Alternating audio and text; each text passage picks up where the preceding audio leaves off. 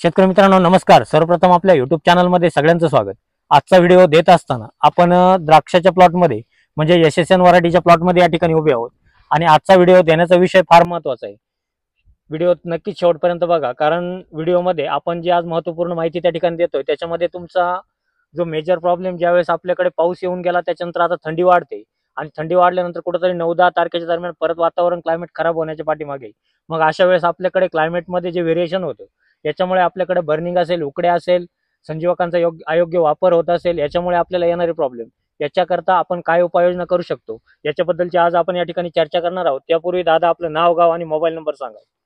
माझं नाव Ramchandra आनंदलाल आमखडे, दरसवाडी, Chandwad तालुकामध्ये। Mobile number सांगा। 9604 009551।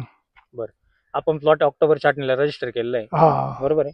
आज जर लॉंगेशन बघितलं तर अतिशय सुंदर पद्धतीचं लॉंगेशन आहे, चांगले रिझल्ट आहे म्हणजे कोणत्याही बंचला जरी बघितलं तर आज 2-2 पेरे त्याला लॉंगेशन निघालेलं आहे। पहिल्याच वर्षाचं पहिल्या राहणे वर्षी कमी होतं, बरोबर आहे, चांगलं निघालेलं आहे। तर काय वाटलं रिझल्ट तुम्हाला? रिझल्ट चांगले आहे, तुमच्यावाले सगळे प्रोडक्ट्स वापरले आम्ही, त्याचे रिझल्ट चांगले आलेले। लोकांचं पहिल्या वर्षाला शेंडा होत नाही, शेंडा आता हा भरपूर आहे ना, जमिनी टाकायला लागलेला आहे ना, बरोबर। एवढा मोठा शेंडा आहे। तुमच्या बरोबर जे काही बाकीचे प्लॉट असतील त्या तुलनेत काही फरक वाटतो का? त्यांच्यापेक्षा आपला चांगला आहे बा, असं बरोबर। आपण दुसरा पण प्लॉट बुकिंग केलाय आता, याच्यामध्ये तुमचा फ्लॉवरिंग मध्ये होता पावसात, आता अजून तो क्लिअर आहे, अजून वाचला कंप्लीट आहे आजपर्यंत, कंप्लीट बरोबर। तर शेतकरी मित्रांनो लक्षात घ्या, आपला मेन मुद्दा की आपण कामकाज करताना जर व्यवस्थित केलं तर शेतकऱ्याच्या कामाला कुठेही यश मिळतं, कुठेही अडचण त्या ठिकाणी येत नाही। आता इथून पुढे आपण साधारणतः थर्ड डिप झाल्याच्या नंतर एक 70, 80, 85 दिवसाला आपल्याकडे जो आपण काचात येण्याचा पिरियड म्हणतो, अशा पिरियडमध्ये आपल्याकडे बर्निंग असेल, उकड्या असेल, याचा प्रादुर्भाव वाढू शकतो। मग याच्यासाठीच्या महत्त्वपूर्ण फवारण्या, त्याचबरोबर आपण ड्रिपचे ऍप्लिकेशन देत असताना आपण पाणी नियोजन कशा पद्धतीने करायचं हे सुद्धा तितकाच महत्त्वाचा मुद्दा आहे। कारण नुसतंच आपण फवारणी करून किंवा संजीवकांच्या याच्यावरती आपण नुसतं त्याच्यावरती डोस देऊन उपयोग नाही, त्याला आपल्याला जे आपण फवारणी घेतो त्याचबरोबर आपण पाण्याचं नियोजन सुद्धा व्यवस्थित करणं गरजेचं आहे। आता लक्षात घ्या, या पिरियडला आल्यानंतर तुम्हाला आतमध्ये कुठलीही मशागत त्या ठिकाणी करायची नाही, म्हणजे तुमचा प्लॉट एक 70 दिवसाच्या पुढे निघाला, 90 दिवसापर्यंत जोपर्यंत आपल्याकडे पाणी प्लॉट म्हणजे घडामध्ये पाणी फिरत नाही तोपर्यंत आपल्याला आतमध्ये कुठलीही मशागत त्या ठिकाणी करायची नाही। त्याचबरोबर आपण कुठल्याही प्रकारचे त्याला मोकळं पाणी जे म्हणतो आपण ते त्या दिवसामध्ये द्यायचं नाही, जेणेकरून त्याचं बाष्पीभवन होऊन जर गडावरती दव वादळ जास्त प्रमाणात साचलं तर नक्कीच आपल्याकडे बर्निंगचा उकड्याचा प्रादुर्भाव वाढू शकतो। त्याचबरोबर तुमचा 70 ते 90 दिवसाच्या पिरियडमध्ये आपण अतिरिक्त संजीवकाचा वापर त्या ठिकाणी करायचा नाही। आपण प्रत्येक शेतकऱ्याला दिलेलं राहतं की कमीत कमी 1-1.5 लिटरच्या वरती आपल्याला एकरी CPP जायला नको, तुमच्या पूर्ण फर्स्ट डिप पासून ते थर्ड डिप पर्यंत, म्हणजे याच्यापेक्षा एक्सेस CPP आपलं जात नाही। त्याचबरोबर आपण जे डायमोर वगैरे वापरतो याच्यामध्ये सुद्धा आपलं 750 ml 600 ml च्या वरती आपण देत नाही। परंतु हे सर्व कामकाज करत असताना आपण हे नियोजन सुद्धा करणं गरजेचं आहे की या पिरियडला आपण जे पाणी देतो, ड्रिपचे ऍप्लिकेशन देतो, सर्वात महत्त्वाचं समजून घ्या की उकड्या आणि बर्निंग या दोन्हींमध्ये वेगळा वेगळा फरक आहे। बर्निंग ही उन्हातल्या गाडांवरती येते, लक्षात घ्या, आपण त्याच्यासाठीच्या वेगळ्या फवारणी मी तुमच्यासाठी देतोय।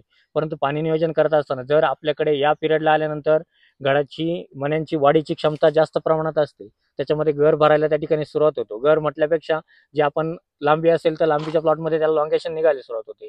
त्याचबरोबर आपण जे गोलचे प्लॉट असतील त्याची साईज व्हायला त्या ठिकाणी सुरुवात होते, म्हणजे तुमचा 13-14 mm वरती आपल्याला घडाची साईज व्हायला सुरुवात झाल्यानंतर त्वचा त्याची पातळ होते। परंतु अशा वेळेस आपल्याकडून जर पाणी कमी पडलं तर मणी नक्कीच देठाच्या बाजूने सुकायला सुरुवात होते। लक्षात घ्या, कुठलाही मणी असेल तो देठाच्या बाजूने जर सुकायला लागला तर समजून घ्या की आपल्याकडून पाणी त्या ठिकाणी कमी पडतंय। बरेच शेतकरी या पिरियडला आल्यानंतर पाणी त्या ठिकाणी कमी करतात, परंतु या पिरियडला आपण व्यवस्थित पद्धतीने वापसा कंडिशनला पाणी देणं गरजेचं आहे। खूप पाणी कमी करू नका किंवा खूप एक्सेस पण पाणी देऊ नका। जर आपण नियोजनबद्ध आपल्या ताशी प्रमाणानुसार जे आपण 7 ते 8 दिवसाला आपण जे पाणी देतोय, तुमच्या जमिनीनुसार आपल्याकडे पाण्याचं नियोजन वेगळं वेगळं येतं, त्या पद्धतीने आपण त्याला पाणी नियोजन करणं गरजेचं आहे। आता हे सर्व झाल्यानंतर आपण बर्निंग जी आपण उन्हातल्या गाड्यांवरती येते याच्यासाठीच्या फवारण्या सुद्धा आपल्यासाठी फार महत्त्वाच्या आहे। त्याच्यामध्ये तुम्हाला पहिली फवारणी मी तुमच्यासाठी देतो की जेणेकरून आपल्याला त्या मण्यांवरती आपलं कव्हर चांगल्या पद्धतीचं असेल, जेणेकरून उन्हाचा परिणाम त्याच्यावरती जास्त प्रमाणात होणार नाही। परंतु आपण शक्यतो करून सावलीमध्ये आपण घड जे आपले बंच असतील ते सावलीमध्ये घेण्याचा आपण त्या ठिकाणी प्रयत्न केला पाहिजे। त्यानंतर सकाळी दव पडतं, दव पडल्यानंतर त्याच्यावरती डायरेक्टली ऊन पडतं, मग अशा वेळेस नक्कीच ते कोवळ्या त्वचेवरती आपला त्याचा परिणाम झाल्याशिवाय राहत नाही। मग अशा वेळेस आपण त्याला एक महत्त्वपूर्ण फवारणी तुमच्यासाठी सांगतो, त्याच्यामध्ये आपल्याला जे आपण DAP म्हणतो म्हणजे 1840, लक्षात घ्या, 1840 200 लिटर पाण्यासाठी 500 ग्रॅम। आता ही फवारणी घेत असताना आपण त्याची फक्त वस्त्रगाळ करायची, त्याची निवळी वगैरे घ्यायची नाही, डायरेक्ट वस्त्रगाळ करून ते 500 ग्रॅम 200 लिटर पाण्यासाठी त्याचं प्रमाण घ्यायचं आहे. त्यासोबत 200 लिटर पाण्यासाठी 1 किलो गूळ आपल्याला त्या ठिकाणी घ्यायचं आहे. ही फवारणी जर आपण व्यवस्थित पद्धतीने घेतली तर कुठेही आपल्याला बर्निंगचा प्रादुर्भाव दिसणार नाही किंवा तो कमी प्रमाणात होईल. आता ही फवारणी झाली त्याच्यानंतर 2 ते 3 दिवस जाऊ द्या. त्याच्यानंतर आपल्याला ऑक्सिरूट, लक्षात घ्या, ऑक्सिरूटचा वापर आपल्याला त्या ठिकाणी करायचा आहे. ऑक्सिरूट तुम्हाला 200 लिटर पाण्यासाठी 500 ग्रॅम या प्रमाणात आपण एक फवारणी करायची.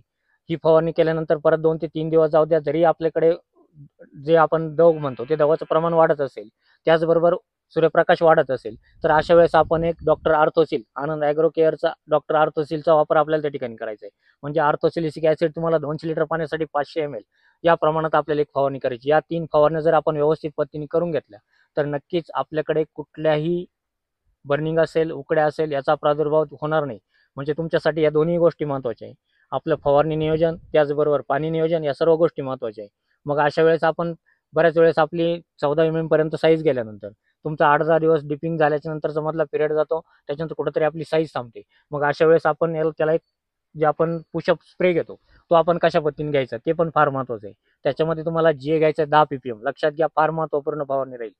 याच्यामध्ये तुम्हाला GA घ्यायचा आहे 10 ppm, त्याच्यामध्ये बेरी बूस्टर 200 लिटर पाण्यासाठी 500 ml. ही फवारणी आपल्याला थोडी चिंब पद्धतीने घ्यायची. त्याच्यामध्ये युरिया घ्यायचा आपल्याला 200 ग्रॅम, मॅग्नेशियम सल्फेट 250 ग्रॅम. ही फवारणी जर आपण व्यवस्थित पद्धतीने काढून घेतली तर आपली कुठेही तुम्हाला साईजला त्याचा प्रादुर्भाव होणार नाही, लष्टर चांगल्या प्रकारचं येईल. त्याचबरोबर जे आपण म्हणतो की बर्निंगचा प्रादुर्भाव, उकड्याचा प्रादुर्भाव संजीवकांमुळे होतो, तो संजीवकाचा प्रादुर्भाव सुद्धा आपल्याला कुठेही त्या ठिकाणी दिसणार नाही. ही फवारणी करून घ्या. परत तुमचे 8-10 दिवस जाऊ द्या, 80-85 दिवसाच्या नंतर परत अशाच पद्धतीने एक फवारणी घ्यायची. त्याच्यामध्ये तुम्हाला GA घ्यायचा 10 ppm, ॲक्टिव्ह टॉप 200 लिटरला 250 ml आणि परत युरिया 200 ग्रॅम. ही दुसरी फवारणी घेतली तर आपला साईज कुठेही त्या ठिकाणी थांबणार नाही. याचबरोबर ज्या जाड जमिनी असतील अशा याच्यामध्ये आपल्याला ड्रिपचे ॲप्लिकेशन सुद्धा फार महत्त्वाचे असणार आहे. ड्रिपचे ॲप्लिकेशन देत असताना ज्या ठिकाणी तुमचं सोडियम क्लोराईडचं प्रमाण एक्सेस असेल अशा ठिकाणी आपल्याला सुरुवातीला 3 ते 4 लिटर फॉस्फरिक ॲसिड देऊन घ्यायचे. लक्षात घ्या, 3 ते 4 लिटर आपण फॉस्फरिक ॲसिड देऊन घ्या. ते दिल्याच्या नंतर आपण जर 2 तास पाणी देतोय, पहिल्या अर्ध्या तासामध्ये फॉस्फरिक ॲसिड द्या. फॉस्फरिक ॲसिड झाल्यानंतर वनिता कंपनीचं जिप्सॉल आपल्याला परत एकदा एकरी 5 लिटर द्यायचे. म्हणजे पुढच्या अर्ध्या तासामध्ये आपल्याला वनिता कंपनीचं जिप्सॉल आपल्याला 5 लिटर देऊन घ्यायचे. त्याच्यानंतर ते जिप्सॉल झाल्याच्या नंतर आपण परत एकदा 1261 लक्षात घ्या, ICL कंपनीचं 1261 आपल्याला घ्यायचं आहे 6 किलो. त्याच्यामध्ये 0.34 6 किलो. आपल्याला काडी आळण्याची प्रक्रिया बघून आपल्याला हा डोस घ्यायचा आहे. त्याच्यामध्ये तुम्हाला ॲग्रिसर्च कंपनीचं ॲग्रीप्लेक्स OA किंवा आनंद ॲग्रो केअरचं लिग्नोफर्ट आपल्याला एकरी तुमच्या या डोसमध्ये 500 ml आपल्याला त्या ठिकाणी वापरून घ्यायचे. जेणेकरून जे आपण विद्राव्य खतं वापरतो त्याच्यामध्ये जे आपल्याला बारीक बारीक कण त्या ठिकाणी दिसतात किंवा त्याचं जे विघटन चांगल्या पद्धतीने होण्यासाठी आपण ॲग्रीप्लेक्स OA असेल तर ते 500 ml घ्या किंवा लिग्नोफर्ट 500 ml घ्या. हा डोस जर आपण व्यवस्थित दिला तर आपल्याला नक्कीच अतिशय सुंदर रिझल्ट येतील. कुठेही तुम्हाला अडचण येणार नाही. आज फर्स्ट इयरचं रान आहे, 70-75 दिवसाच्या दरम्यानच्या या ठिकाणी प्लॉट झालेला आहे आणि अशा प्लॉटमध्ये आजही कुठेही तुम्हाला त्या ठिकाणी बर्निंग दिसणार नाही, उकड्या पण दिसणार नाही. याच्यासाठीचं नियोजन हे महत्त्वपूर्ण फार असतं. तर शेतकरी मित्रांनो काय करा, तुम्हाला या पिरियडला आल्यानंतर आपण स्लरीचं सुद्धा नियोजन देतो. या स्लरीचा वेगळा व्हिडिओ मी तुमच्यासाठी नक्की देणार आहे. हा तुम्हाला 2 ते 3 दिवसामध्ये परत स्लरीचा सुद्धा व्हिडिओ तुमच्यासाठी असेल. तर शेतकरी मित्रांनो काय करा, अशाच पद्धतीचे नवनवीन व्हिडिओ पाहण्यासाठी चॅनलला सर्वप्रथम आला असाल तर चॅनलला सबस्क्राईब करून घ्या, लाईक करा, शेअर करायला विसरू नका. धन्यवाद.